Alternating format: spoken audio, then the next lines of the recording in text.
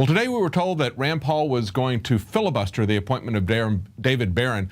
Why? Because David Barron, who's up for appointment to one court below the Supreme Court, a lifetime appointment, was one of the people who wrote memos that pretended to justify the assassination of Americans abroad using drones. This is why the filibuster was cut short. This nomination would not go forward were it not for the elimination of the filibuster. Some say the filibuster was, that was obstructionism. The filibuster was also, in many cases, about trying to prevent extremists from getting on the bench. Now, Rand Paul and Senator Grassley were trying to get these memos released to the public. Finally, since this happened in 2011, 3 years after the fact, Obama has finally released this for senators to take a look at it.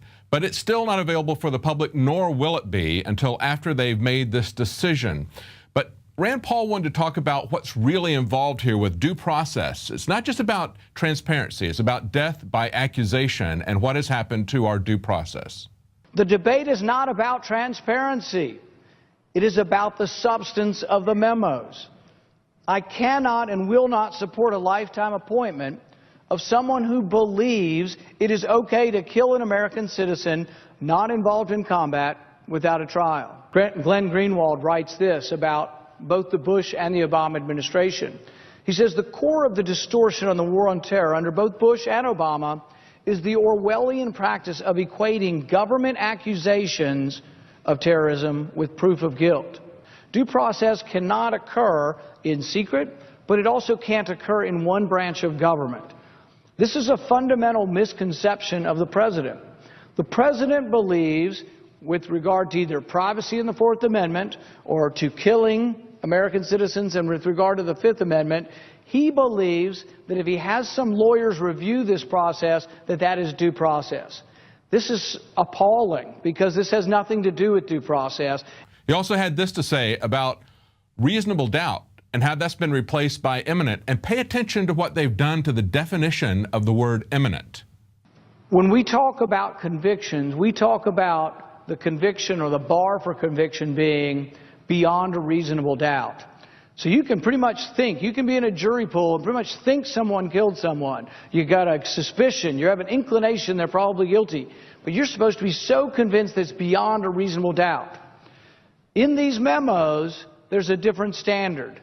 Realize what the standard is from the person who will we now be pointing to a lifetime appointment, one step below the Supreme Court. The standard is that an assassination is justified when an informed, high-level official of the U.S. government has determined that the targeted individual poses an imminent threat of violent attack against the United States. The interesting thing about an imminent attack is we really don't go by much the plain wording of what you would think would be imminent anymore.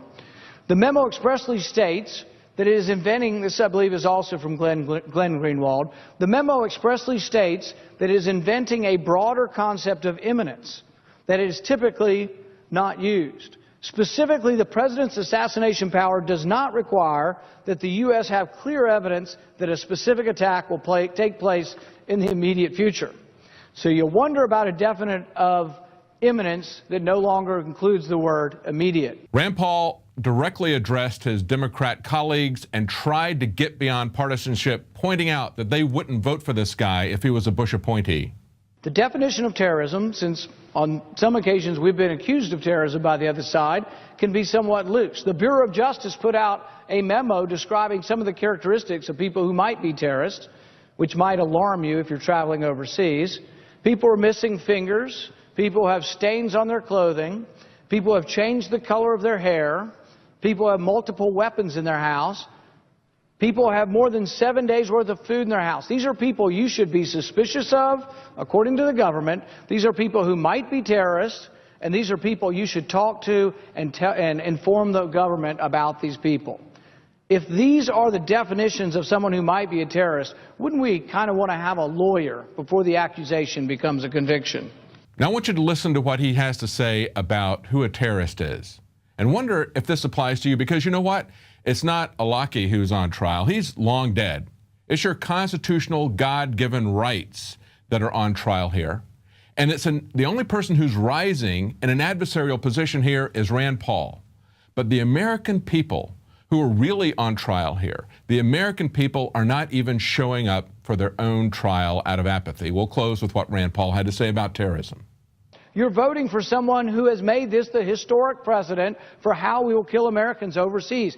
In secret, by one branch of the administration, without representation, based upon an accusation. That I would oppose this nomination were it coming from a Republican president. But what I would ask my Democrat colleagues is to look deep within their soul, to look deep within their psyche and say, how would I vote if this were a Bush nominee? If this were a Bush nominee that had written legal opinions justifying torture in 2007, 2006, 2005, how would I have voted? I think 90% would have voted against and would vote now against a Bush nominee. This has become partisan, and this body has become too partisan. There was a time when there were great believers in the Constitution in this body, and we have degenerated into a body of partisanship.